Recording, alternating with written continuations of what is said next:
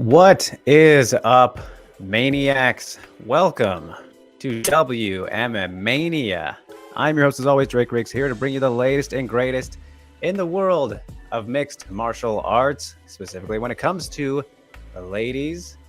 This is episode 46, as we are getting back into the swing of things on your regularly scheduled programming for the mixed martial arts world, as we'll be previewing UFC Vegas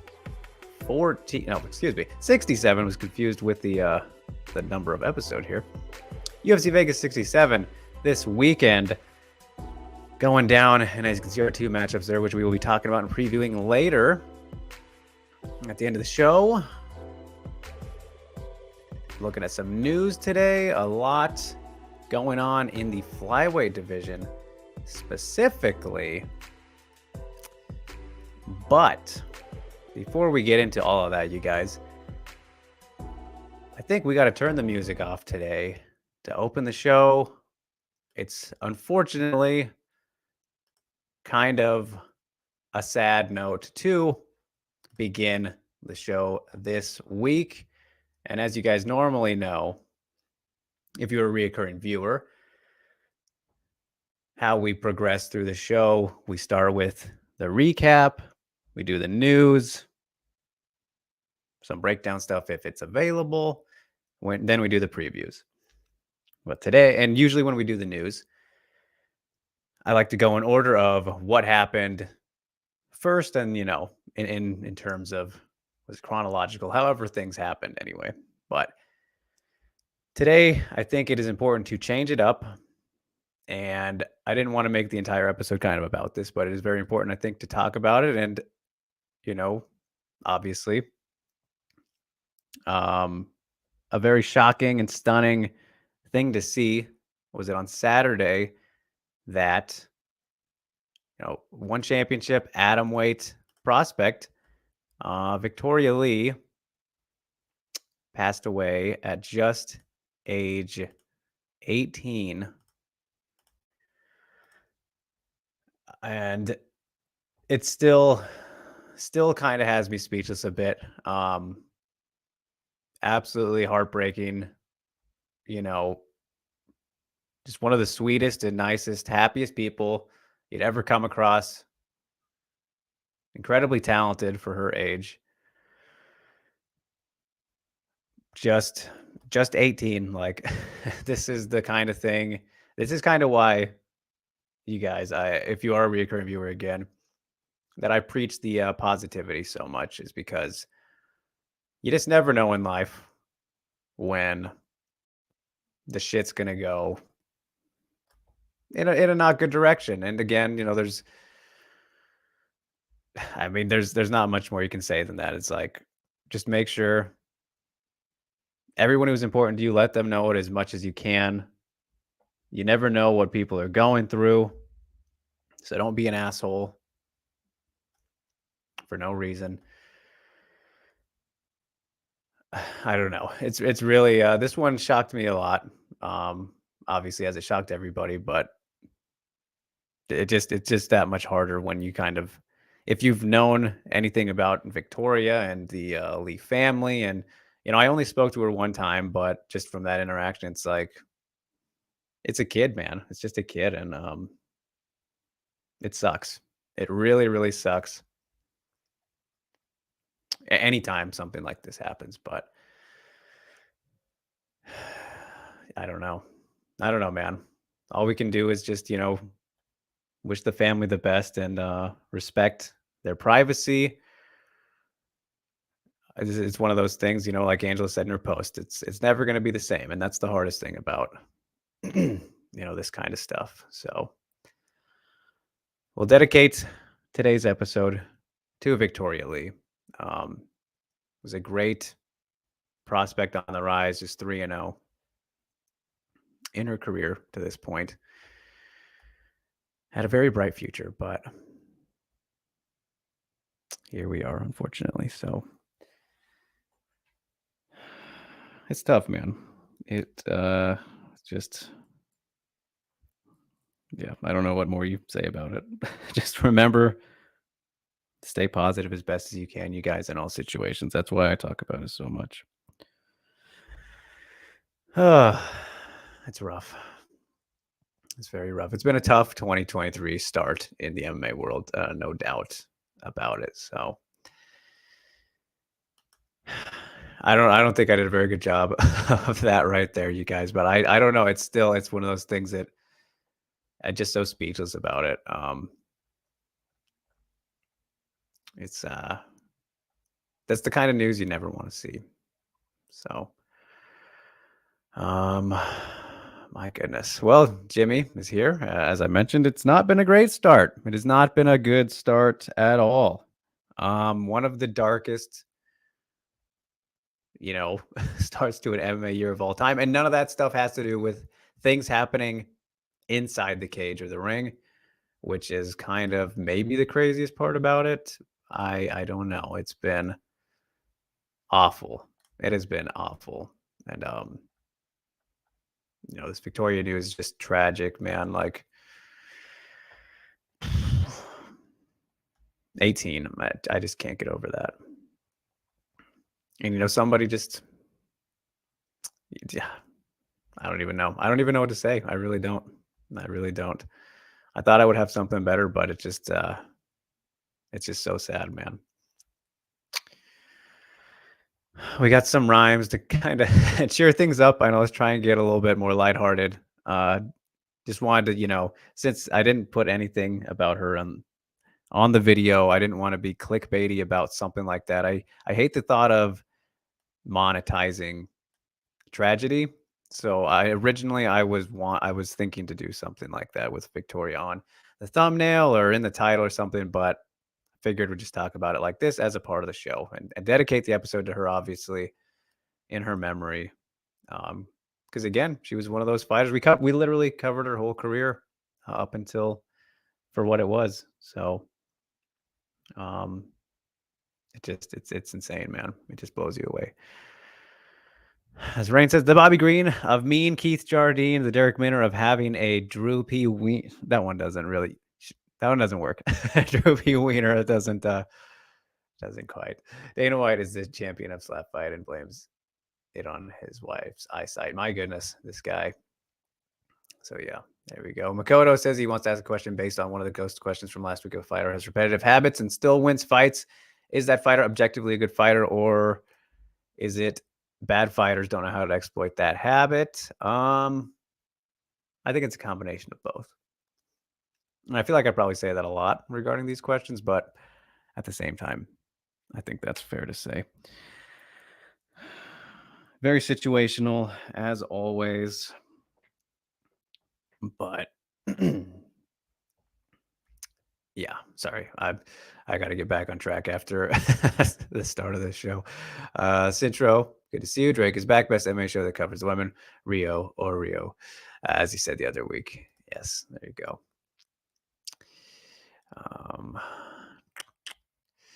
And this is very important to mention too. I'm glad, Barton, you're bringing this up. So to see you, Barton. But he says, "Am I aware of the scumbag takes coming from the MMA community about Victoria's death? Truly awful. That people would push an agenda when something terrible like a teenager dies. Yeah, that is absolutely fucking stupid, disgusting, and just it couldn't be any more disrespectful. Some of the things people are trying to say about Victoria. First of all, whatever happened is nobody's business. First of all. But then for you to speculate on it being something, what Barton is referring to, if you have not been paying attention, is vaccine-related things, COVID vaccine-related things. Like, I don't know where the fuck these people get off, but they are the lowest of the low, bottom of the barrel scumbags, obviously. And you summed it up very well there, Barton. But man, I think community reaction to the news so far this year it hasn't been worse. It hasn't been worse than what's happened, but my God, it has really it has helped make it worse. You know what I mean? Like some of the fucking knucklehead disgusting claims and support that we've seen in response to this year so far has just been sickening, man. It's bad. It's been very bad. And I appreciate so much that none of you guys are like that who tune into my show. And if you do happen to be one of those people, you are not welcome here and will be blocked automatically and permanently if you decide to chime in with anything related to comments like what Barton was referring to. So yeah, you're okay, Rain. All good, all good. Yeah, James, truly heartbreaking. Nick and Tom talked about this. Yeah, no, I saw a little bit of their stream too. Shout out to them. Not an easy thing to do, especially they did it on the day. So, love those guys. And yeah, that was one of those shook me up a little bit, like it did everybody, I think, and still processing. Alvin, truly unfortunate about Victoria. Let's be respectful and understand that life is like a vapor of water.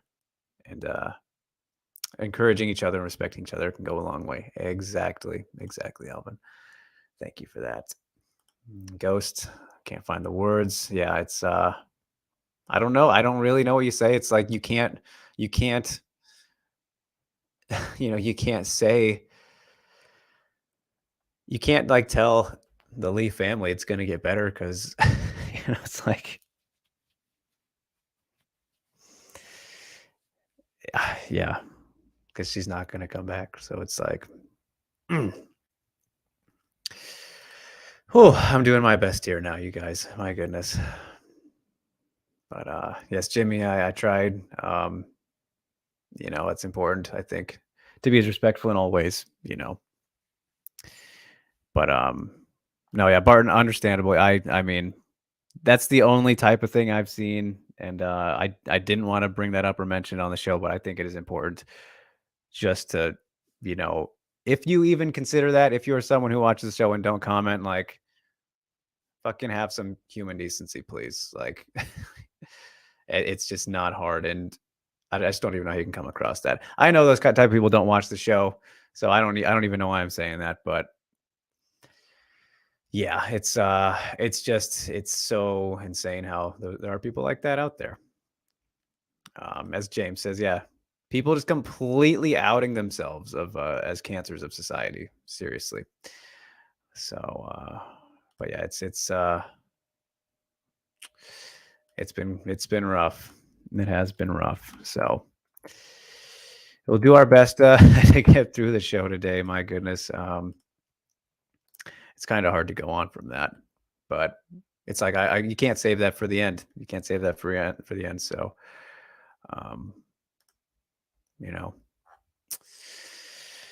we'll miss Victoria dearly. And,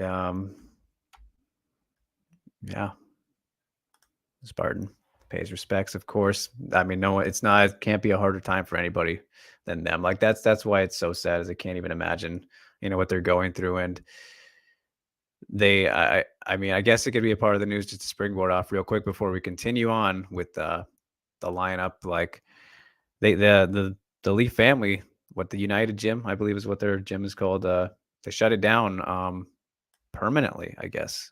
So we'll see if if they can even continue from this. Who knows if Angela and Christian can even. I mean, it's going to take some time. It'll be some time, I think, before we see them again, for sure. But the gym appears to be done. So, yeah, Ghost, absolutely right here. It's it's hard. It's a hard thing. Just 18. I don't even think she'd graduated yet when I talked to her. I talked to her right before she debuted, and it's like, when you talk to somebody and you can just kind of tell, like, how old they are and stuff, but it's like she's just so innocent. And oh man, yeah, Makoto wishes everyone the best. Very difficult time. Appreciate it, you guys, of course, but Just remember to stay positive in life. Tell everyone you love that you do love them, how important they are, that they matter, all those kind of things. Because you never know. You just never know. You just never know. Um, yes, enjoy. I know we're gonna try and get back on track here. Keep it as lighthearted as we can. it's there's just a cloud. There's just a cloud over the community, and it's gonna be for a bit. Like we have the one championship show, what the Prime Six show this week. It is fight week, one championship fight week. So that'll be on Thursday. You know, obviously they're gonna do something special there, at least you would imagine. Um, you know, honor her in some way. And it's gonna be hard on that night as well. So it's still very, very, very, very raw, very tough. And so yeah. But I mean, speaking of that, you guys, and I'll try to move on now. Just to continue on, not move on, because again, she won't be forgotten, but we will continue on with the show in memory of Victoria. And just as for the one on Prime 6 card, that is not on the lineup today since the fights are not MMA fights. Stamp is fighting Anissa Mexen in a custom rules bout. I'm not sure specifically if it's like DJ versus Rodtang, like if it's exactly the same. So I should probably know that, but there are two fights. There's a Muay Thai one as well. Vander Yeva's back, so that's exciting. But what I was getting at was we'll be on the Fight Companion over at SCMP for that one. So if you guys want to hang out with Johnny and Co and myself for what should be that continually difficult night to get through, we can all get through it together. So, all right. With all that in mind, you guys, let's carry on here. Let's carry on. As we do have a bunch of flyweight news, a lot of big news here to get to, you guys.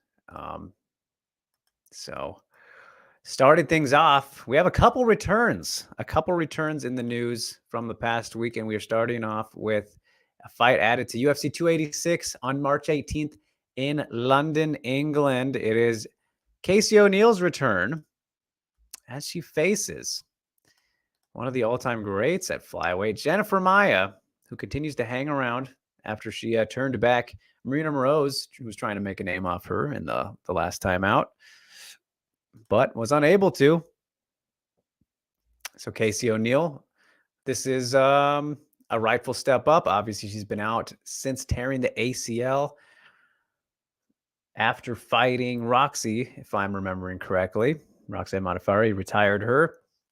We'll look to do the same thing to Jennifer Maia, of course, but we haven't heard any inkling of Jennifer retiring just yet. And unfortunately, she's kind of fallen into a pretty solid gatekeeper role. And this is obviously kind of one of those matchups where Casey, if she wins, she continues to climb and obviously puts herself right in that mix, and all the new flyweights are kind of coming in and old ones going out. So this could be the same case there. A tough matchup for Casey O'Neill after coming back off the injury and the layoff, but looking at where she was before, it's kind of like, well, you can't not do that with her, right? It's. I mean, you could have given her a weaker opponent, but she, of course, has her confidence and wants to make up for lost time. So this is a good way to do so. Interesting stylistic matchup for her. You know, Casey O'Neill has a very, very strong ground game. Her striking has gotten better throughout the UFC run so far. But Maia is very dangerous, can be very dangerous off her back. So if Casey decides to try and take it there, could be in some trouble. Muay Thai clinch work is always on point from Maia when she's allowed to get that off, strong in the clinch. It's a very compelling matchup, and matchmaking-wise, again, like I said, I think it makes sense. I'm intrigued by it. I like it. I have no problems really with this one. I think this is a pretty solid 7 for me. 7 out of 10, continuing our rating system. Let me know what you guys feel about the matchups as we get through them, progressing through the show. Yeah, I'm fine with this one. Very curious to see how O'Neil does rebound off of, such a big injury and the layoff against somebody like Jennifer Maia. So Sintro asking, excitement factor, technical nuance, storylines. Not really. I mean, the only storyline in this one is pretty much surrounding Casey O'Neal's comeback, right? That's pretty much the only storyline, which solid factor for me. Stylistically, I think it's an exciting one to see how Casey can deal with the threats that Maya provides. Technical nuance. I think there's less of that compared to maybe the other things. Maybe I mean Casey's got some good technique on the ground, and when Maya's on point, which I wouldn't say she's been too on point as of late, but she looked good in the last fight. Is very nice to watch. And the ground and pound is pretty vicious from Casey O'Neill. When she gets it off, she's just a vicious fighter, and she's gonna be very eager to perform. So yeah, I think it's a solid 7 for me. As James asks, how long was Casey out for? Oh man, here I'll look that up real quick because I didn't do it, but it has been over a year. ACLs never heal quickly. Still just 25 though, so it's like good to get it out of the way, I guess, but or to not have had it happen at all. But okay, so she will have officially been out for over a year by the time she fights. The Roxanne fight was February 2022, so she's coming back at a pretty quick clip. So hopefully she's not rushing this here, but she was kind of posting updates on Twitter and whatnot. So she seems like she's good and healthy and obviously comfortable taking a fight. So yeah, it'll be just over a year when she steps back in there. So yeah, I'm looking forward to that one. As Rio says, we talked about this all the time, but what specifically in Casey striking is it? Her feints, slow kicks, jabs. We cannot just label things as striker because people do different things. That's learned. Very true. I mean, well, honestly, I think if you've watched Casey O'Neill, you know that her striking is not her specialty. It's something she's continued to work on, and I think I will have to probably go back and rewatch the Roxanne fight before maybe commenting on this specifically, Rio, because that's the one where she used her striking the most in the UFC anyway, and she's still working on it. I remember that she had an all right jab, didn't faint too much from what I remember. Of course, she was going against Roxy, who's not a great striker either, so she still has most of her work to do in that area, but she's coming along. So I will have to revisit. And who knows? Who knows how different she will look with the type weight too. Rain says, Drake, the website that we don't talk about on the show. You know what I am referring to, right? There's a couple I think we don't talk about. There's one specifically that comes right to mind. As Rain says, remember Stamina? So I'm shilling for that site. I do. I love Stamina. He was great on MA Today, WMA Today. He never followed us, but that's not good. That sucks if it's the place I'm thinking of. That's unfortunate. Bummer, Stamina. Come on, man. How could you? But all right. Moving along now to the strawweight division with one former flyweight and an occasional short notice flyweight at a time. But it is Cynthia Calvillo's return to 115 pounds as she's taken on Lupita Godinez. UFC 287 on April 8th. No location decided as of yet. But Cynthia Calvillo, you would have to think this is her absolute last chance. The Hail Mary, last hurrah in the UFC. Stunning, kind of crazy to think that she's 35 now. 4-fight losing streak. All that was at flyweight. Had kind of some weight troubles towards the end of her strawweight run in 2018, of course. It's 2019, excuse me. Went up to flyweight. Got one win, one and done over Jessica I, which she's supposed to win that one, so that was good. But then, I mean, she did have some very, very, very tough opponents after that. So, I mean, throwing to Chukagian, Andrade, Andrea Lee. The Nina Nunes one in the last fight was kind of up in the air. But now back to if I can speak, strawweight. She was admittedly her best at strawweight. Like, I don't think there's any denying that. She came on in the UFC very strongly. Looked good. But then obviously the weight became an issue. If she can get the weight back on track and return to form, Cynthia Calvillo has some good potential here. But she's still, as we saw in the last fight, still, I don't know. I don't know if it seems weird to blame. I don't feel like it's entirely a weight issue with her. But this fight will tell us everything. And if she loses, you got to think that's it. Like I said, 35 5-fight losing streak. I know Dana loved her and called her the next Ronda Rousey at the beginning of her UFC career. If you remember that, which is pretty hilarious in hindsight. But Loopy here looking to rebound off the Angela Hill loss. Be motivated by that. I think it's a tough matchup for each of them. If Calvillo again can return to the form that we had seen her back in her last time in this division. But as for everything else, I think that story is pretty interesting. As who was it? Rain mentioned storyline or Cintro, one of you guys, sorry, for the last one. If you look at the storylines, it's all about Calvillo in this one. I don't know if the fight will be super exciting.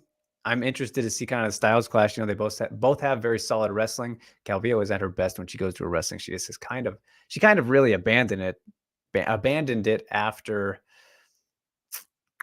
I mean, at flyweight, definitely some very poor fight IQ that she showed. But yeah, I just don't know what kind of happened with her. She just really fell off pretty hard. So this is a big opportunity, clearly, to snap that losing streak. It's I think it's a 6 for me. I'm compelled to see mainly, what Calvillo can do back at strawweight. If she makes the weight even, like that's also a thing we gotta look at. But I think it should be pretty solid. I don't think it'll be a bad fight, but okay, Rain is name dropping. I'm not putting it on the screen, but that is unfortunate. Yeah, that is not cool. Yeah, I won't. As Rio says, didn't Calvillo miss weight by 7 pounds the last time she fought at 115? So I just had it up here. Let me pull it up again. Yeah, her last fight at strawweight was against Marina, and she missed by, what is this, 5.5? She weighed in at 120.5. So not 7, but still too much. So, and that was in December 2019.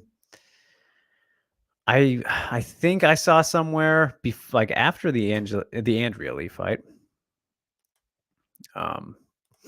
that she'd begun working with a new nutritionist or something. I guess we will see if that pays off or if that was true. I mean, what this fight is still a ways away, April 8th. So she has plenty of time, plenty of time.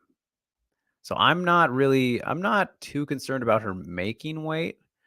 And if you remember, when she first entered the UFC, she fought back to back, like UFC, what was it, 209 and then 210? But month after month. So who knows if that played any part. I know she was pretty fine after that, but she was pretty damn active to start her career. And so that's obviously slowed down. So take your time, get the body right. I think she might be okay. But yes, Intro says there was a lot of hype when Calvillo came in. Do I know what happened? Well, the weight was obviously a big thing. She got suspended for weed after the Carla loss. They rushed her. I mean, that's really what it was. I think Dana clearly got way too excited about her and how much she was wanting to fight. And then she beat JoJo in a pretty close one. I think you could argue JoJo won that one back in the day in Scotland, which was kind of crazy. And then from there, it was like off to the races, and she was just fighting all these contenders, and obviously wasn't ready for it.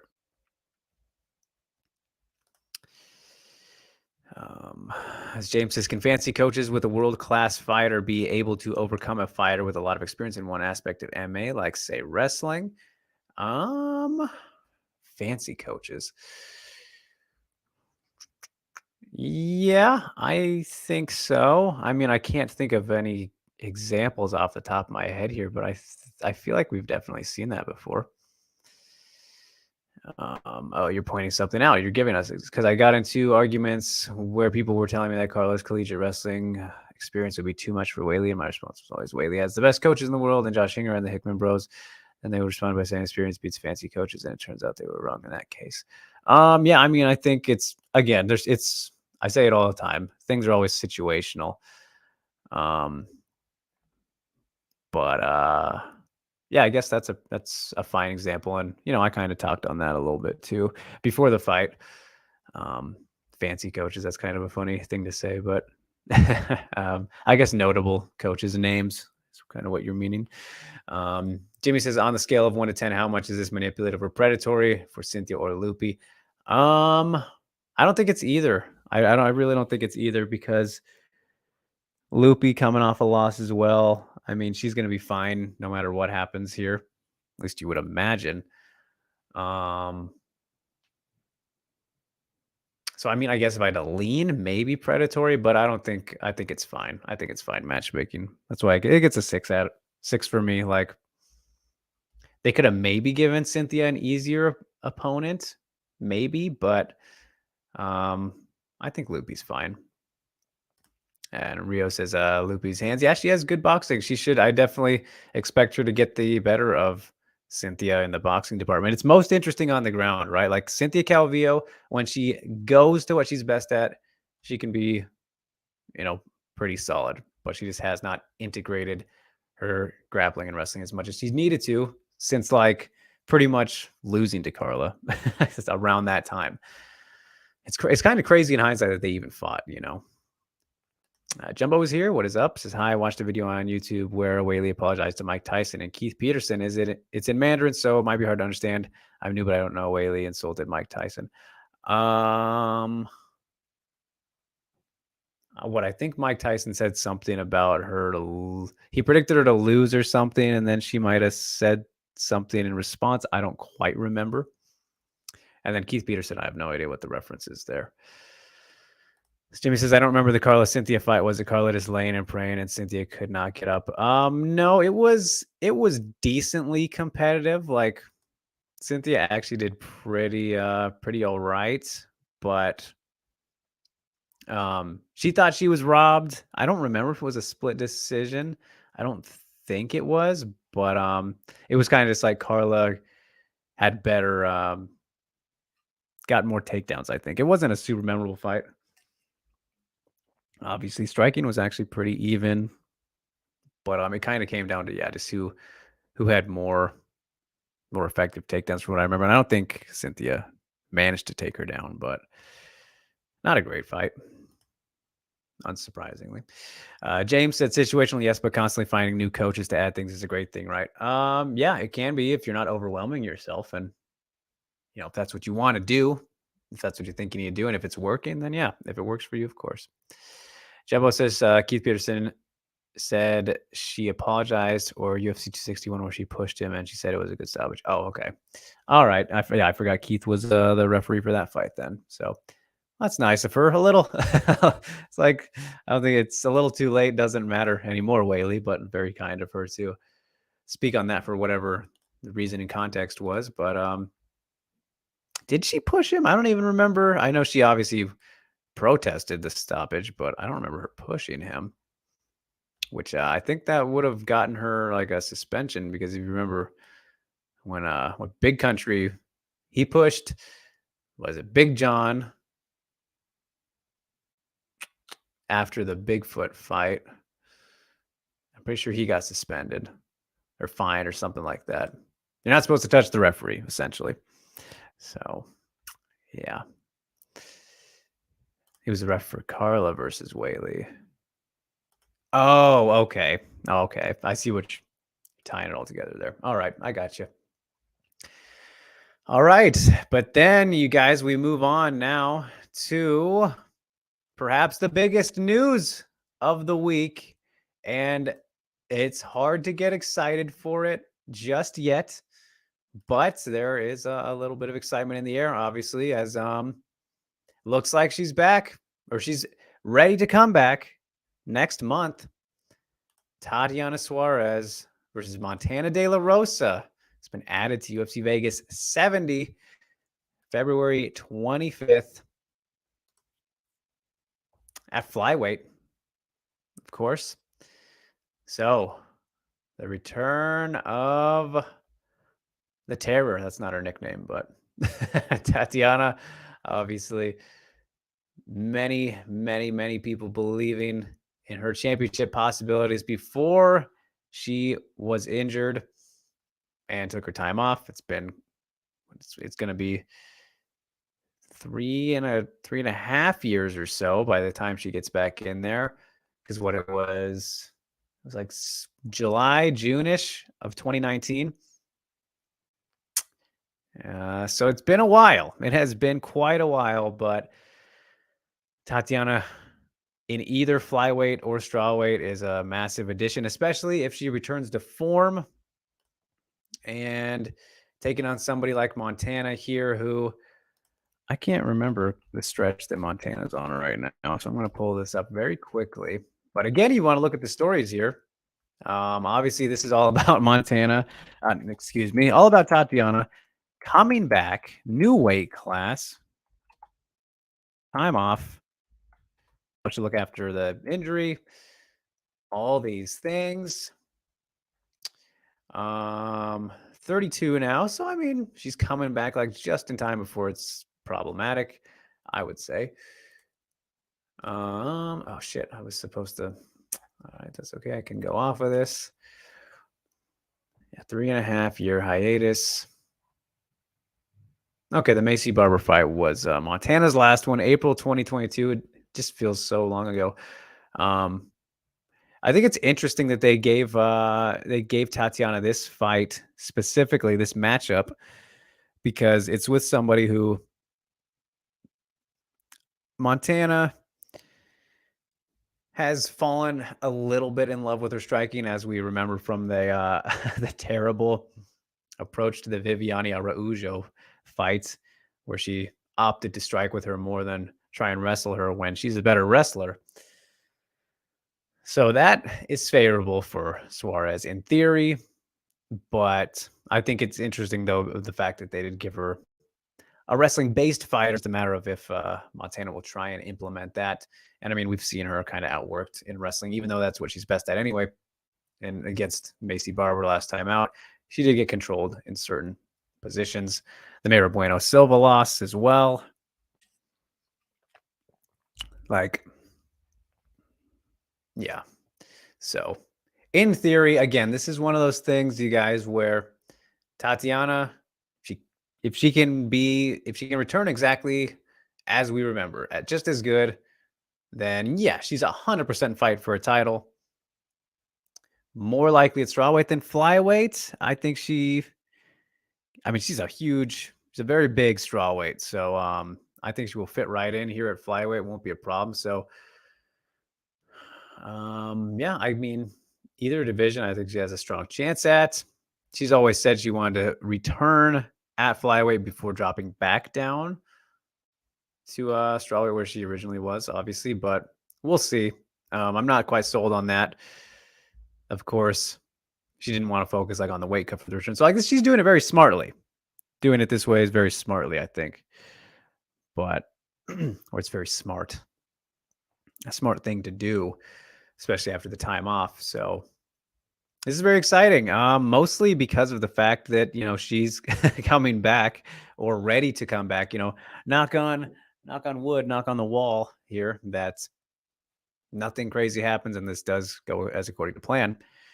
So it's I'd say a solid 9. I mean, solid 9 out of 10 for me, mostly because of the story. I mean, I find Tatiana's style very exciting. If you guys know me, I love me a very strong, dominant wrestler who does exactly what they tell you what they're going to do, and they do it. That's why Chael was always one of my favorites. I loved Habib.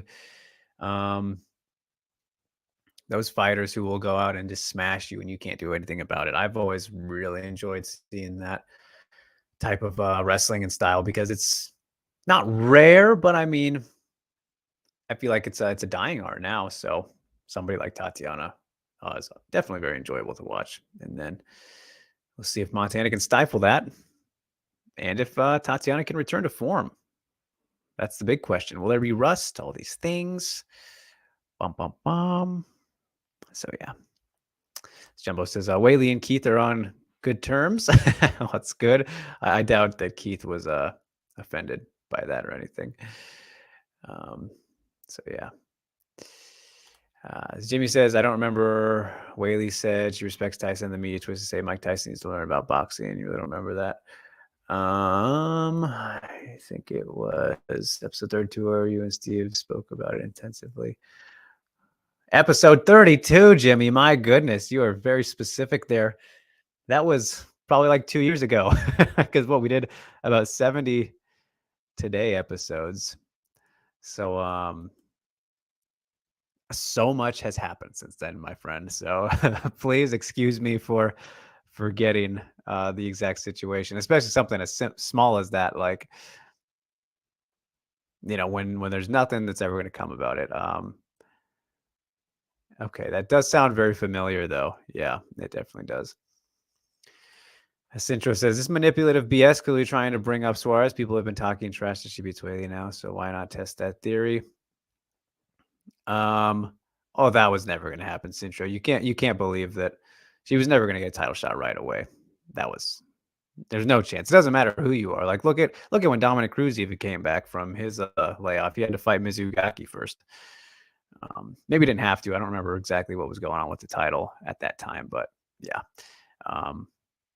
I mean, I would be inclined to say this manipulative if she had fought already before, like because of the fact she's coming in off a layoff. Who knows? Like Montana could win. She very well could win. Her just biggest lately for me has been like she just has not been using her skill set very wisely and to the best of her abilities.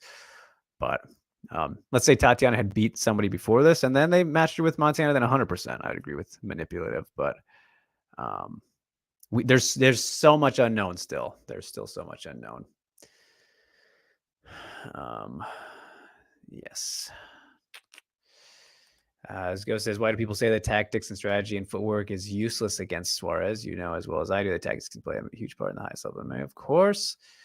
They said the same thing about Rousey until Holly Holm used footwork and ring craft as an example. Well, Rhonda Blind did a whole lot of people. That's for sure. And I mean, she avoided getting exposed by winning so quickly, like wasn't lucky, but it was, I don't know what you want to call it, but why do people say that about Tatiana? Well, I guess it's kind of similar to Ronda. It's like you haven't seen it yet, so until you see it, you won't believe it. And she's been able to impose that well so far, outside of the third round against Ansarov, Nunez. That's the only round that she's lost that I can remember. So, yeah. But very much looking forward to this. Indeed. And I've always liked Montana too. I don't want to be completely discrediting of her, but this is entirely about Tatiana, and she knows that too, for sure. Like, huge opportunity for her to kind of set things back a little bit, potentially further back, if you will. But all right, let's move on. You guys are gonna enjoy this one. You want to talk about manipulative BS? Here you go, for sure this time. But again, I don't really know if it's anybody's fault. So let's talk about it. As Deep Jewel's flyweight champion, Rin Nakai is set to defend her title against Oi Kuriyama at Deep Jewel's 40 on February 18th. So first of all, you guys, if you did see last week and heard my shameless plugs, spoke to Rin Nakai. The interview is here on the website, WMMAnia.com, for all your latest and greatest in the world of mixed martial arts. Like, share, and subscribe to the channel. Hit the notification bell if you'd like. Rin Nakai, she sure folded real fast on her her lack of interest in returning the Deep Jewels. Really pushed them aside when I asked her about it. Said she has no lingering desire to continue being champion, fight. She very clearly wants to fight for a U.S. North American promotion. But then right after, right after we talk, she books this one, which I just find kind of funny. But yeah, this is definitely manipulative BS. Oi Kuriyama is 4-4-1. Doesn't quite deserve a title shot. This is an absolutely awful matchup for her. She does not really have much of any grappling, especially defensively. As we've seen against Shizuka Sugiyama and several others. But that's the thing, is like it's very clearly on paper manipulative BS. Rin Nakai is not losing this fight. There's just, it's not happening outside of something insane if she gets caught or whatever. But the flyweight division in Japan has just been so shallow for so long. And Rin and I also talked about this. But so then it's like, well, what are you going to do? If she's going to fight, it's going to end up being like this because it's only her and Sugiyama outside of, you know, the big promotions. Like Kana, Nakai, and Sugiyama are the best Japanese flyweights on the planet. And then everybody, it's like them and everybody else is like down here, maybe even a little bit farther. So it is manipulative, but at the same time, it's like, well, like, what else are you going to do? Just have her and Sugiyama fight 10 times? Wouldn't hate that. I'm curious about a rematch, but yeah. This is just kind of, the timing of this is the most funny part to me, especially after just talking to her. So check that out on the channel if you would like. But this matchup is probably like a 2 for me, 2 out of 10. Yeah, I would maybe even go 1, but I am always curious at least to see Rin in action just for her alone. But like, it does nothing. It does nothing for me. She's gonna win. It's probably not even gonna be very exciting. So like, yeah, this is a very solid 2. Very solid 2. A fight that doesn't need to happen, shouldn't happen. But if she wants to stay active, then this is just kind of how it's gonna be, especially in Japan. Especially in Japan. So yeah. Makoto, yeah, 4-4-1 is Kuriyama. Sintro says, why even make it? We know that everyone's going to win this. It's one of the worst things you can do in sport. Yeah, but like I said, though, the options are just so limited. So it's like, you either, if you're her, you don't fight, or you have to have these matchups. So it's a weird spot to be in. And like, I don't blame her so much.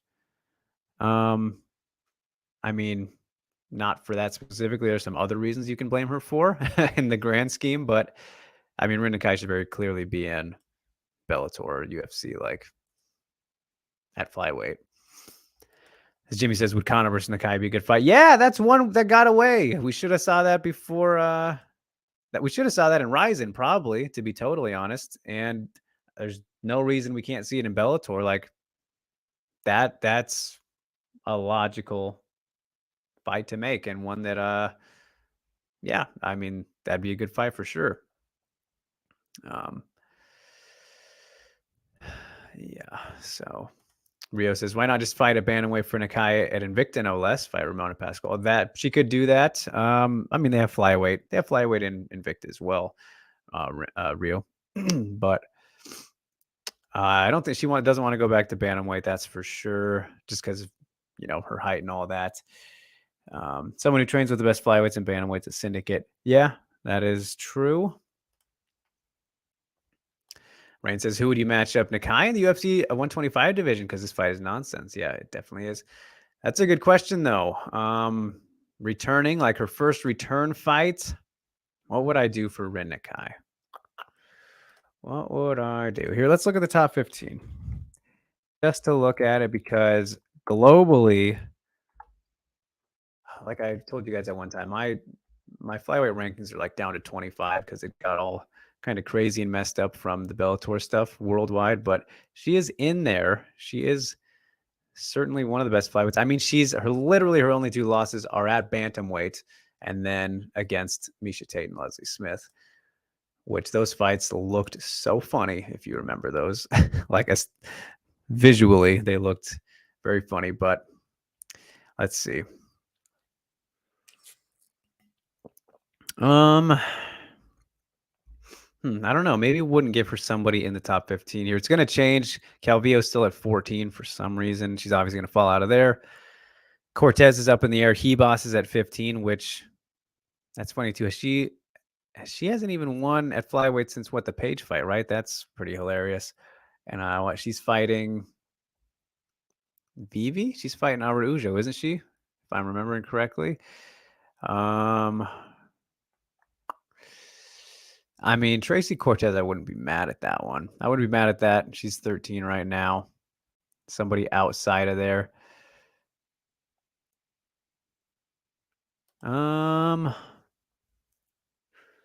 Maybe, yeah. I would like to keep her around the back end of the 15. You could do Antonina. That's a tough, pretty bad matchup for Antonina. Which I don't know what's going on with her exactly. Seems a little bit quiet on that front. Centro says Macy Barber. I mean, that could work too. That could certainly work. Oh, have her rematch. I know what you did there. Miesha Tate rematch at flyweight. That would be pretty funny if they wanted to do that. The Miesha Tate of Gamergate. There you go. Yeah, I mean, yeah, we don't know what's going on with Tracy Cortez either. I'd be fine with that one. Macy, I don't think that would happen just because Macy's a little bit higher up. But yeah, there's just not left. There's nothing left for Nakai or Sugiyama in Japan specifically anymore. Even Ryzen, like it's just the division is just a bunch of up and comers, really, and they're just better than all of them. Rio says, "Is manipulative BS the worst sin in combat sports?" You could argue that. You definitely could argue that. I'm not sure I want to say that here on the fly. There's a lot of weight cutting might be the biggest one, Rio. I mean, let's be honest. And then lack of punishment for weight cutting too. Like, think about this. This hit me the other day, you guys. Like, you remember when Hamzat missed weight, obviously, against Nate the last time out? 7.5 pounds. Fighters get fined for that, obviously. But the UFC readjusted to a catch weight with the Holland. Hamzat didn't get punished whatsoever. Like, he didn't get fined or anything because technically he didn't end up missing weight. Unless I totally missed a detail there. Like, that's fucked up. He should have still gotten fined. He still fucked up the whole card. Like, that's crazy when you think about it. So, I mean, it worked out in the end, kind of, in certain ways, but yeah. Yeah. So, all right. Now we'll close things out with, we'll close things out on the news front here. Last bit of news for the day.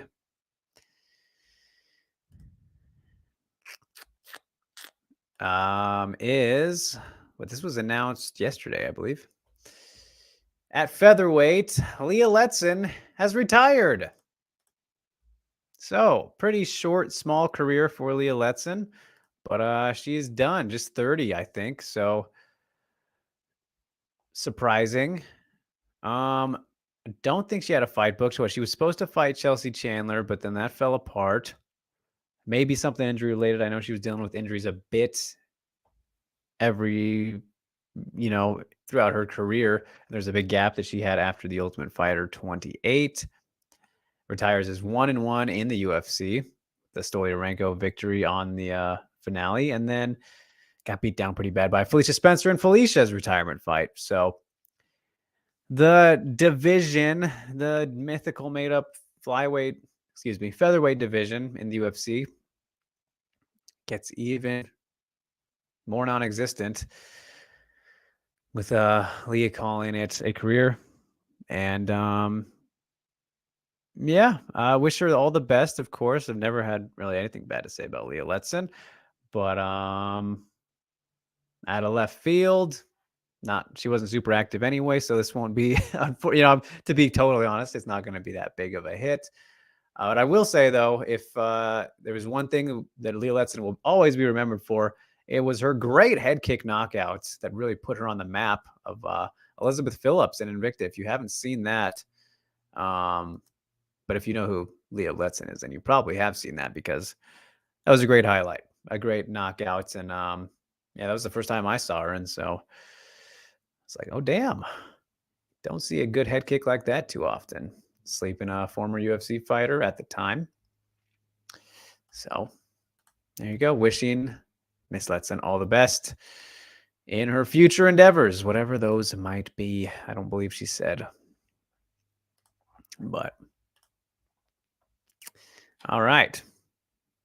That is your news cycle for the week. As we chug along here, my goodness, you guys, I'm real exhausted after just everything that's gone on. Rio says that kind of stuff is just bad. If you were a promoter, what do you do? Manipulative BS? Not intentionally. I would try not to. Of course not. I mean, Rio, you're asking me, who I'm one of the purists. I like to think I'm one of the purists in MMA in terms of my, thought process and how I want matchups to be made and who gets what and whatnot. Like, if you're a winner, you win your way to a title shot. That's the right way to do it. I'm all about the meritocracy. So, yeah, manipulative BS is not something that I would never do it on purpose. That's for sure. I don't think I'd even be possible of doing it on accident. So yeah, I definitely would not do that. Yes. And Ghost says, to answer a Makoto question, Suarez has a hard time cutting her opponents off. What she does is run at people. Very true. Willie has good cage awareness and thrives when someone is going after her. Do the math. Similar to Jessica Andrade, right? I mean, that's probably the best example from that fight. Yeah. Would be interesting, though. And again, like, it's still not even fair to say until we see how Tatiana looks in this Montana fight coming up here. But Rio says, is the worst in MMA? I think you're probably right. I think so, because look at Michael Venom Page's career, right? Like, it's worked out for him. He hasn't become a champion or anything, but people see through that and aren't too big fans of it. So you're probably right. I mean, then again, you can also look at like one of the best examples ever, Valentina versus Cachoeira, who we're about to talk about. That was just problematic for a lot of reasons. Just didn't need to happen. It just really didn't need to happen. But all right, you guys, you know what time it is now. I wanted to do this off the top of the show today, but again, for obvious reasons, did not start with it. And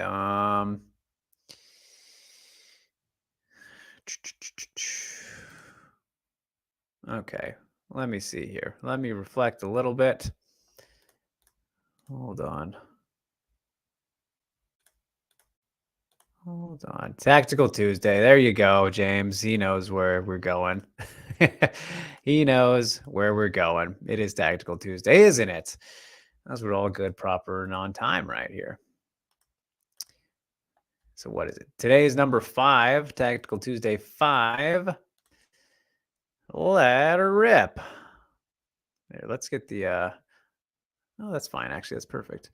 So before we get to our preview, we have Tactical Tuesday and our good old copyright disclaimer. which will keep us good and safe from any issues. Even though I do believe that I think pictures are okay, Ghost. So if you ever just do a picture slideshow like last week, I think it should be all right. But either way, I appreciate it. Just keep it on there. But I'm just thinking out loud. So anyway, Anahachi moves to side door and scoring a low kick as the opponent turns. Obviously, some one championship kickboxing action here. Anahachi frames with green and then shifts, yellow, to a neutral stance to get to side door. Anahachi scores while the opponent is attacking and readjusting to a new position.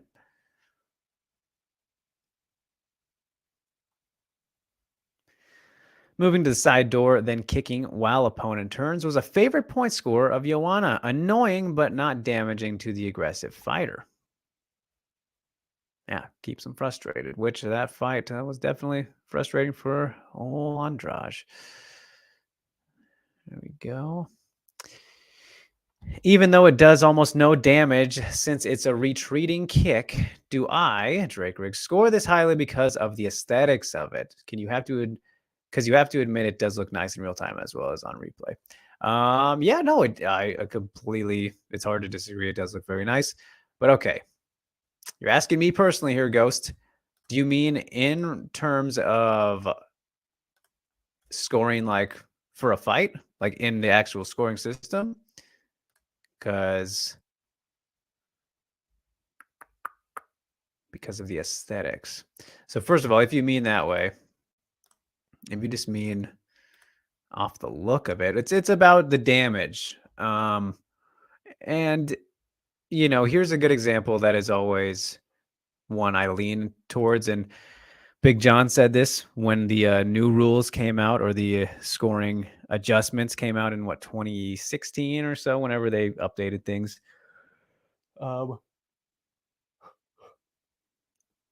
Where his example was a fighter can land, let's say, 5-6 jabs in succession on a fighter.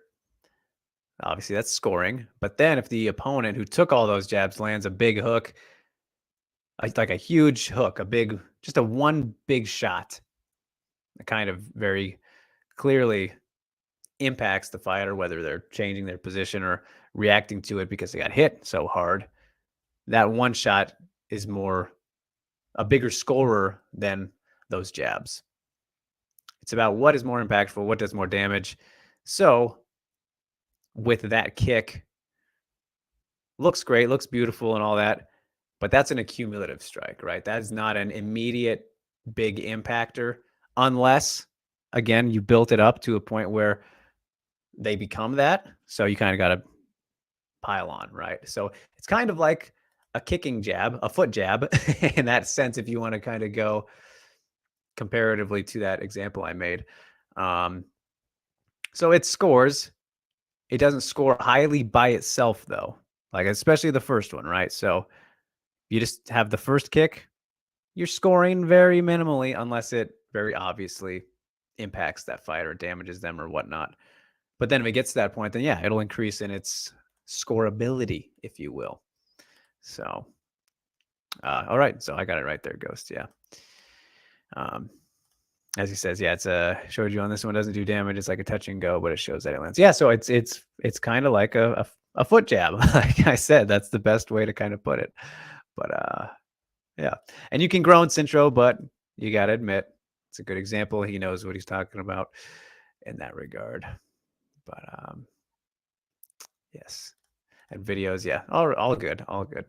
So kickboxing, love that goes uses other sports, of course. Joanna kick was beautiful. Drake, is that the same as body work for you since it's not damaging as well? I think it's probably that's a fairly similar thing to say, but I feel like you can be more versatile with your body strikes, right? Like obviously, because I mean, for example, you can't punch someone in the shin and do anything significant there. but you can do punches and kicks to the body, knees even. Um, so I would rate body shots of all kinds, pretty much any kind that you can think of, like even a jab to the body. Jab to the body is probably the equivalent of what we just looked at, but then every other strike you can throw to the body, I would probably score a little bit higher than that kick. Again, it depends. If it does damage and impacts them in some way, then it's gonna be better. So it all depends on how it's landed and all that kind of thing. But overall, I would probably rate just body work higher because there's more options to deliver body work, like you as we said. As goes to slap your leg, and you will know how that kick feels. All right, the old thigh slap, right from wrestling.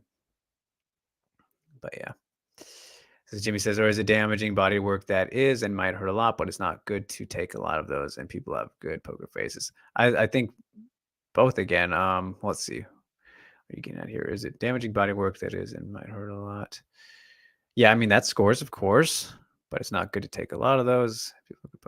Yeah. I mean, everyone, of course, tries to hide those things as best as they possibly can, but it adds up. Everything adds up the more you go to one thing and make it worse by continuing to do that.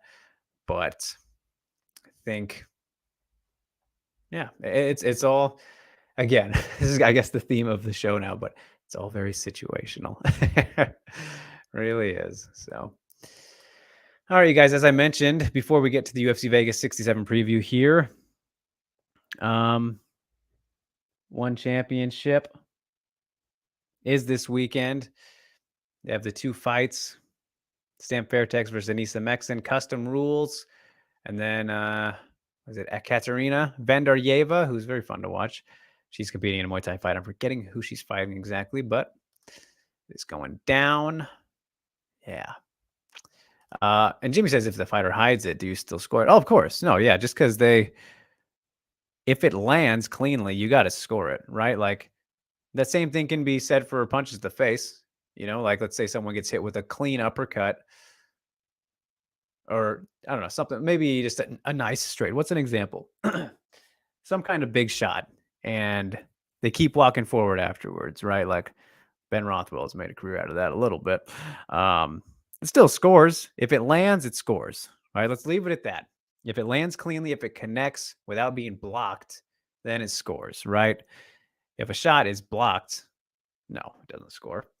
Unless it somehow did some damage. Like I don't rate Sohee Ham's, not Sohee Ham, Siwoo Park's, her head kicks that broke Ayaka Hamasaki's arm as scoring the fight because they were blocking. That's defense from Ayaka, but that's clear damage. So that's kind of a tricky, slippery slope there. But either way, essentially what I'm getting at is if it lands clean, if it connects clean, then yes, of course, it always scores. It's just a matter of how much, Jimmy. That's what you got to decide or decipher between. So anyway, one championship. Look out for those fights. We're not going to preview them, but they are happening since they are not MMA. But we will get into UFC Vegas 67 here now with a flyweight fight and a bantamweight fight. And the flyweight fight, I pretty much broke down last week, and I break down these fights the same every single time, you guys. So you already know what I'm going to say about Sijara Eubanks versus Priscilla Cachoeira. There is not a lot to talk about with this fight. It's the same song and dance from me every time, and I'm going to say it until it changes and isn't true.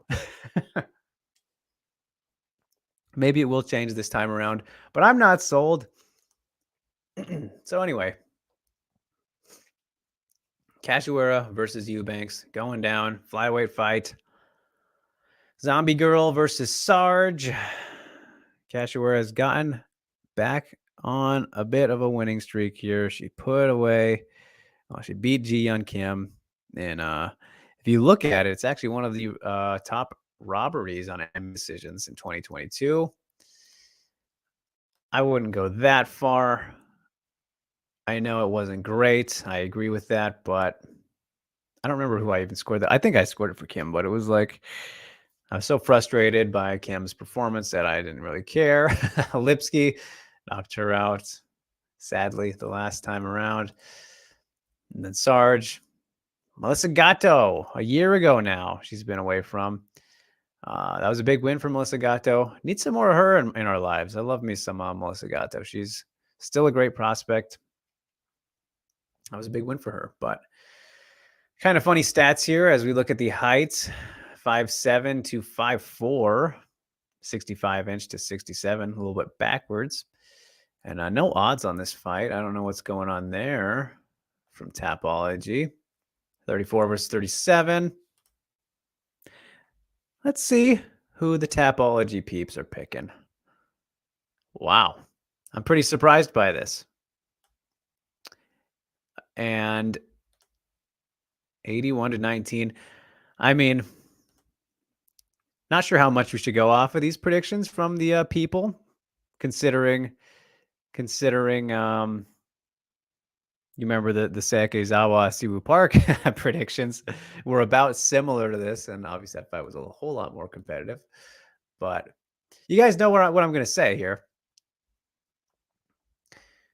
Takedown, when you fight Priscilla Cachoeira, you go for the takedown, you win. Simple as that. I don't need to say anything else.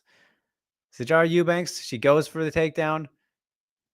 Right away, 10 seconds, she's going to win this fight. I guess the people just don't believe she's going to do that. And I think that's the question. That is the only question. That's the question with everybody who faces Priscilla Cachoeira, because she has no takedown defense whatsoever. If she was in the UFC video game, she would have negative in her stats. It's that non-existent. So you take her down if you're anybody. So the question is always if they will take her down. I think Sijara Eubanks should. She's a BJJ black belt. Much better grappler than a striker. Her striking has improved. Her boxing is, pretty solid. She's got a good chin on her, but Cachoeira is just a zombie brawler. It's practically her name. She's a zombie girl. She is insanely tough. Too tough for her own good, probably. Keeps on coming no matter what. Do not exchange with her, especially in a brawl. Like if Sijara wants to strike, okay, but mix in your takedowns. And then, well, I mean, all you need is one, though. So why does it matter? I think I'm just going to leave it at that, you guys, because it's honestly the same thing every single time. It's the same thing every single time. When Priscilla shows me some defense, I have nothing more to say about her fights. I really don't. I really don't. Yeah, Jimmy knows. Cintro says, was watching Santino DeFranco's podcast. He said that Sarge only has a blast double, and if she doesn't get it, her shots become bad, then gasses. He said that if Priscilla can just lose the first round, then it's going to be hard for Eubanks to take her down in later rounds. He said that from a technical standpoint. Well, I think that's a fair assessment, but the problem is, or not the problem, but where he's wrong is that Priscilla won't last. If she shoots right away, she'll finish her. Sijara Eubanks will submit her. At least she should in theory. She definitely should in theory. But I think that's all a pretty fair assessment. It seems like that has kind of been maybe a case with Sijara and perhaps in the last fight with Gatto. But the funny thing is I just don't think Priscilla would last. And even if she does gas in the end, as long as you're going for takedowns on her, you're probably going to be okay. Yeah. So that's all I got to say about it. We'll see how it plays out. You know what? Just because for some reason, for some unknown reason, Cachoeira just seems, specifically the last two fights, she gets people to do what she wants them to do, which is brawl against her. I don't know how she does it. She must have some kind of voodoo on her opponents, some voodoo dolls in the back before she walks out there. She leaves one of her coaches in the back. She's like, all right, you play with it and make it attack me. Come at me and I'll knock it out. I don't know. Probably not true. Reckless speculation on my part. Priscilla Cachoeira into voodoo headlines coming out tomorrow. Just kidding. All right. But anyway, Do you guys remember, what was it? Might have been like 2 weeks ago when we were doing, I think we were doing a Tactical Tuesday. We were doing yeah, it might have been, I'm pretty sure it was, because I mentioned how, oh no, we were talking about the, who was I talking to? I'm totally blanking on this, but vacation spots or something. Maybe I was talking to Jumbo or Mary or somebody in the comments as well. But we mentioned vacation spots and fantasies and whatnot. And I remember now who Ghost wanted to, he wanted to do jujitsu with. He wanted to roll with Ketlin Vieira. He wanted to get in her guard. Do you remember that, you guys? In the Phantom Punch breakdown for Vieira and Tate, he was teasing his interest in rolling with Ketlin Vieira. So called you out, Ghost. I'm doing a throwback there. So Ketlin Vieira versus Rocky Pennington going down this weekend. Big fights. For some reason, I actually thought this was supposed to be next week. This fight is too low on the main card, to be totally honest. I think this is like the second one on the main card. Like, it just blows me away how terrible and or maybe how careless the UFC is when it comes to promoting and gathering interest in the bantamweight division and the contenders specifically. Like, yes, Nunes is great, but and she's probably going to beat everybody. Still, try and give people reason to believe by showing what else is in the division. I don't know. I just don't understand why they don't care. It's like you have no one to blame but yourselves for having maybe no interest in these Nunes fights as like headliners or whatnot, because you're not putting the spotlight on the rest of the contenders. Because Ketlin Vieira wins this fight, give her the goddamn title shot. She should arguably already be getting it. You know that, but if she wins this one, yeah, give it to her. That'd be 3 in a row over 2 champs. Misha Tate, great performance there, as we talked about just briefly here. I mentioned that one. Then the Holly Holm fight, also a very good performance. A very interesting one, though, of course, scoring-wise. That was an odd one for a lot of people. Rocky P's been on a roll too, though, and this is dead even with the odds. So that's a little bit surprising to me. I think Ketlin should definitely be the favorite. Not by a lot. A little bit, just a little bit. Rocky has definitely turned things around with this 4-fight winning streak. Obviously, the Renault win was good. Very, very gritty clinch war of a fight. If you remember all the knees and the clinch there. Panny knocked her off there. The Macy submission, brilliant stuff. That was a great performance. And then the Aspen Ladd win was good too.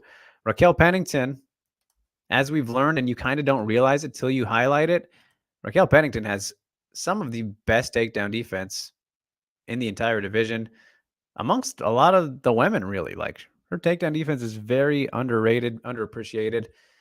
Could be a big factor here against Ketlin, even though Ketlin is a pretty big-ass bantamweight. 5'8" to 5'7", 68, 6'7". Her reach and stuff isn't astronomical compared to Rocky. And Rocky's not a small bantamweight or anything, but Ketlin is very much fit, frame, size, all that for the division. Has put things together very nicely. Maybe lacked some urgency in the last fight, specifically in aggression, but picked it up when she needed to, right? That was kind of the big thing about it late in the fight. You know, she's been different ever since the Aldana loss, but she's kind of finally getting back into the rhythm. Because as I've told you guys before, if you're a recurring viewer, when Ketlin was undefeated, I thought she was the one. I thought she was the one Nunes was going to she would need to finish to beat her. So, like, by saying that, Ketlin was going to be winning some early rounds for sure. So, I still think that's a great matchup, and I'm very interested in seeing it. And I think we will end up seeing it, but this is a tough one. But again, these apology odds, people are very confident in their outcomes, it seems. Last fight, full confidence in Cachoeira. This one, full confidence in Vieira. Not so much from the odds makers, though. That's what's kind of funny. 75% here for Ketlin, and then the 25, obviously. But then the odds are dead even. That's kind of funny how that works. Like, I guess these people just don't bet. But Ketlin Vieira, I do believe, is the better overall fighter. I think we've kind of seen that. Rocky, though, yeah, she's like, yeah, not going away. I don't know if I'd say Rocky has improved a whole ton since her last loss to Holly in that rematch. A little bit, maybe more aggression, killer instinct out of her. I mean, that Macy fight, particularly, that was at featherweight, though, or short notice 140, one of those, I don't remember. So it's kind of interesting, the resurgence that she's had, but I still don't think, I think she could be a little bit sharper, tighter hands than Ketlin if she plays a smart, great jab from Rocky. And I mean, her boxing's always been pretty solid, but if Ketlin can make her uncomfortable, try to take her down again, way easier said than done against Pennington. Just mix up the game, and Ketlin's going to be pretty fine, I would think. Careful not to get caught in any guillotines or stuff like that, though, obviously. But Ketlin has a great submission game herself. So, yeah. But James says, highlighting, Noah's actually stamp when she submitted retweet. I looked up as well. The very one of those things he would do in the cage with her in fantasy novel. Okay, so I was still half right. Ghost is blanked out on that. Blanked out. So, just a warning to everybody. Please do not try and derail the show, especially here during the preview. Is Rocky B a cool nickname like Glover T? Stemming from Booker T, if you follow wrestling in the past. Glover T. That's funny. I've never heard that one, but Rocky P has been pretty common. And I think that mostly people just call it a Rocky. I think that's common. That's not her official nickname, is it? Yeah, it is right there. And then there's Phenomeno. But yes, I know who Booker T is as well. James says maybe Yuri P versus Glover T. That is very silly. Rio says, am I confident in Vieira? Yes, I am. I think this is only 3 rounds, so I think that probably helps her again. Yeah, I think Rocky is can be a pretty tough and interesting matchup for a lot of people, especially after this momentum she's gained. But I think she's going to put it together and will only have gotten better from the Holly loss. And I think her motivation's got to be pretty high too, considering she didn't get the title shot that she was wanting right after that, and arguably should have got. As Go says, Ketlin, if she has a good game plan against Nunes, she can beat her. I totally agree. Pena showed that Nunes cannot handle a slipping jab, and Nunes switched to southpaw to avoid the problem, then solve it. Not that this matchup will tell us anything against Rocky, right? But just pointing that out, that's always appreciated. So yeah, I do. I have confidence in Ketlin. I'm again surprised by the odds here and the confidence in Rocky. I think it should be pretty close, but I think Ketlin should be slightly favorited indeed. Indeed. So, all right. Well, you guys, that actually does it. That wraps us up. That is UFC Vegas 67. Previewing it all here today on this Tuesday. My goodness. What a Tuesday it has been. What a time it has been in MMA, for better or mostly worse, as you know. But we're getting through it. That is all we can do. The best we can do, right? So, James says, will Ketlin be similar in size to Nunes? I think so. I mean, she's a big bantamweight, man. 5'8". I think that's the same height as Nunes. Let's take a look. I'm going to pull up Nunes's height here and her reach and stuff. Yeah, same exact height. And they're kind of built pretty similarly too. I think Yeah, there should be no size issues there. It says 175 centimeters. Why would it do this? Why would it say this?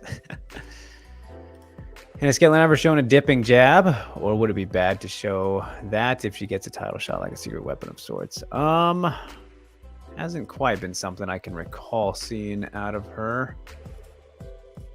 No, she's pretty straightforward for the most part, but we'll see how she looks in this one. Again, still improving, kind of getting back on track after that Aldana loss that really didn't set her back, but changed her approach a tiny bit. So, all right, you guys. Well, this is a perfectly timed show. Good show, unique show. Again, heavy hearts today as we kept it lighthearted as best as we could. So yeah, don't forget, everybody, visit WMMAnia.com for all your MMA needs. If you enjoy the show, you can like, share, subscribe, follow us on all platforms, hit that notification bell so you don't miss a thing. The like button, though, really goes a long way. Just a simple click. If all you guys are here, however many of you, just do that. If you show up, you should hit the like button at the very least. I appreciate it. We all appreciate it here at the team. And yeah, just appreciate the support and the positivity as best we can. Remember, that's the theme each and every week, but it should just be your life theme. Keep things positive. So, especially in these times now where the world is crazy in MMA specifically. But for the shameless plugs, you guys, I did speak to Bellator flyweight prospect Diana Evseragova on Sunday and released that story, an interview yesterday. So that is out now on the website. You can check that out. She's taking on her biggest, toughest opponent yet, Alejandra Lara, Bellator 290 next month, February 4th in Los Angeles. Who knows? Maybe I'll make my way down there. It's going to be a good card. Fedor's retirement, but always a good time catching up with Diana. She missed most of last year after undergoing shoulder surgery, so she is ready to get back in there and show off the wrestling that she hasn't got to show off yet in Bellator. So looking forward to that. It was a good time. Check that one out. Like I said, Rin Nakai. Also spoke to her recently, Sarah McMahon, who's signed to Bellator now. Got some good stuff and working on some others. Broad Horizon episode 23 is in production already, so if you ever have questions for that show, get them to me in some fashion. You can go to my tweet that I put out on Twitter. You can DM me, email, however, if you want your questions answered on Broad Horizon. So that'll be the first one of the year, 23 for 2023. How about that? So there we are. All right, you guys, with that in mind, dedicate the show one final time to Victoria Lee. Best wishes to the family. Once again, we will miss her dearly. We do miss her dearly. Just remember to stay positive. Tell your loved ones you love them, you guys. And, reach out. Don't be a stranger. No need to be sour. All that. So, all right, you guys. Well, I will see you next week. If you do not show up over at SCMP for our fight companion that I was mentioning earlier, as I'll be guesting it with old JHK on Thursday, but then we'll be back here on Tuesday, same old time, same old show with our normal lineup, right? We'll have recap and preview and news and all that good stuff as per usual. So, all right, you guys, you can follow me at @Drake_, Twitter and Instagram. If not, that's cool, but just if you want to. So, all right, everybody, stay safe and stay sane. I will see you when I see you.